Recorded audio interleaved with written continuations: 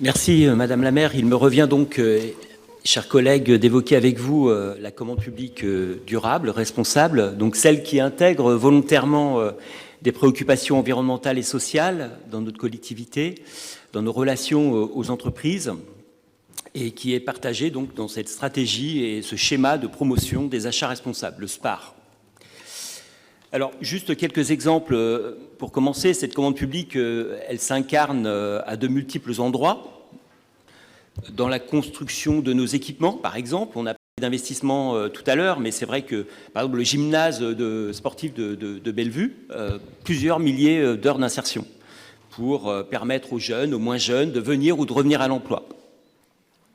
Elle s'incarne évidemment dans nos cantines, où la mécanique de nos marchés publics encourage les petits producteurs, les groupements de professionnels à alimenter nos enfants avec des produits de proximité, bio de plus en plus et au-delà de la loi.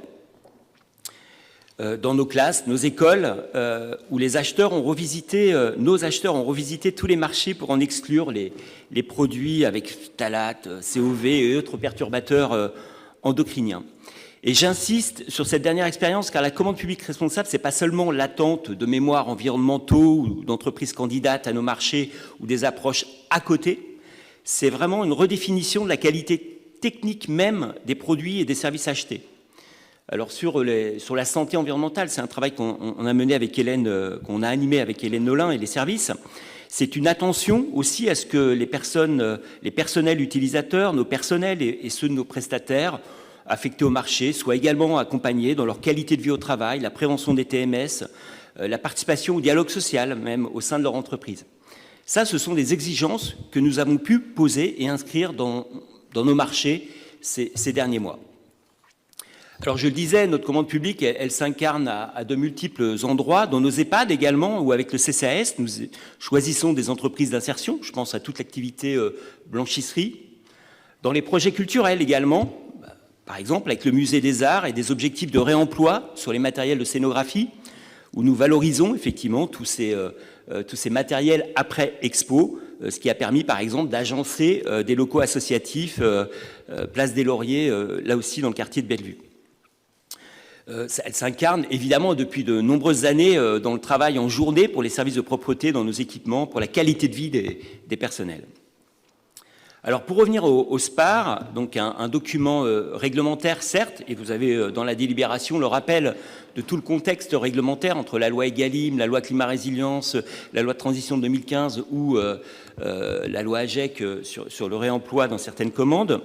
Donc ce SPAR, c'est le numéro 2. Nous en avions déjà, enfin vous en aviez à l'époque voté un en 2017 sous l'égide d'André Sobjac, que je salue évidemment pour son engagement et l'animation qu'il a opéré sur ces sujets-là lors du précédent mandat. Mais ce nouveau SPAR, effectivement, comme Madame la maire le signalait, c'est aussi un changement d'échelle.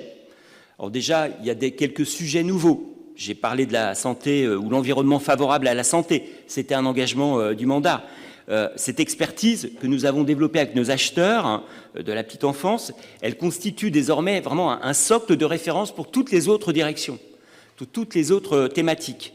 Et donc, nous encourageons et nous accompagnons nos personnels également à partager cette pratique, à en suivre l'exécution au quotidien et à professionnaliser, j'allais dire, l'écriture de ces clauses et leur suivi auprès de tous les personnels. Autre sujet nouveau dans les 8 axes que nous mettons en avant, la protection et la restauration de la nature et de la biodiversité. Nous avons signé avec plusieurs collègues, je salue ici Robin Salcroix, il y a quelques jours avec la Fédération des travaux publics, un document 2 ans, qui finalise et qui concrétise 2 ans de travail pour identifier avec les acteurs, la Fédération des travaux publics, toutes les clauses qui permettent d'accompagner le territoire dans sa transition écologique et sociale. Mais je parlais de biodiversité et de préservation des milieux, donc nous avons attiré l'attention également de nos entreprises sur la formation des personnels sur la protection de la faune et de la flore, sur les systèmes d'alerte en cas de menaces sur ces sujets, ou l'obligation évidemment de restauration des milieux s'il était évidemment détérioré.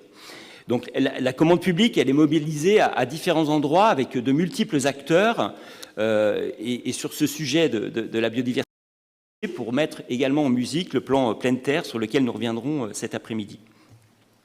Et je termine sur un dernier axe qui est l'engagement également pour un numérique responsable. Je suis à côté de Francky Trichet et c'est un sujet que nous animons également avec Louise Vialard. Donc nous avons un marché en cours pour équiper nos services de matériel informatique. Nous avons un lot entier de reconditionnement et de réemploi. Et nous pensons cette question des matériels informatiques dans un cycle d'usage où la question de la maintenance est autant importante, évidemment, que l'acquisition initiale. Et dans cette maintenance, nous introduisons des clauses d'insertion. Donc voilà, on essaye d'écrire à tous les endroits possibles, de formuler une plus-value environnementale et sociale. Voilà, donc je vous parlais de l'incarnation de la commande publique. Évidemment, je voudrais saluer tous les acheteurs, tous nos services, et toutes les cellules de gestion qui ont également la charge du suivi de l'exécution de ces marchés, qui s'impliquent déjà. Et je le rappelle, un des objectifs de ce présent mandat, c'est le changement d'échelle, passer de 30 à 40% des marchés closés aujourd'hui à 100% à 2026.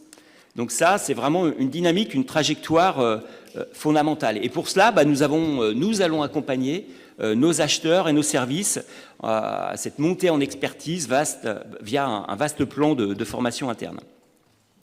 Je termine en rappelant deux grands principes de notre commande publique. La redevabilité. Nous prenons l'engagement de venir vous rendre compte annuellement, à partir de 2023, de l'avancée et du suivi de ces engagements, ce qui pose la problématique de l'évaluation. Et nous travaillons avec le directeur de la commande publique, je le salue pour tout le travail de refonte également des services qu'il a opéré pour mettre la commande publique à la hauteur de nos ambitions. Donc nous travaillons à ce qu'il y ait un véritable outil de suivi de ces engagements.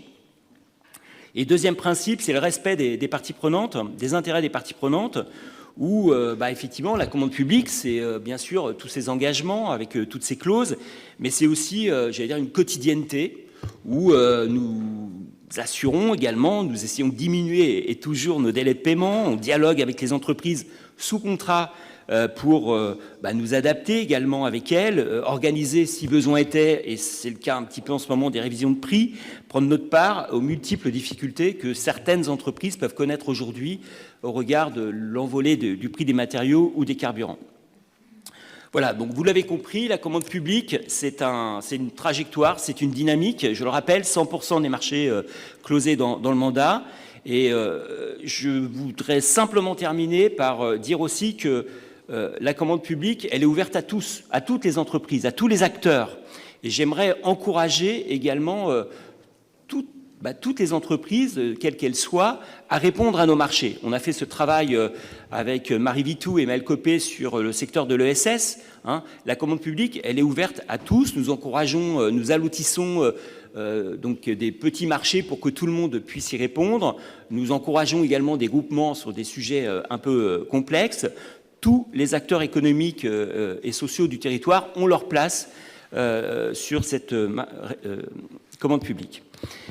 Voilà, donc vous l'avez dit, Madame la maire, cette commande publique, c'est un puissant levier de transformation des modèles économiques sur le territoire. Nous en sommes convaincus et ce SPAR le traduit. Donc je vous demande de l'adopter, de l'approuver pour mettre à la hauteur de nos ambitions aussi l'outillage qu'il peut y avoir derrière au sein de nos services. Merci pour votre attention. Merci.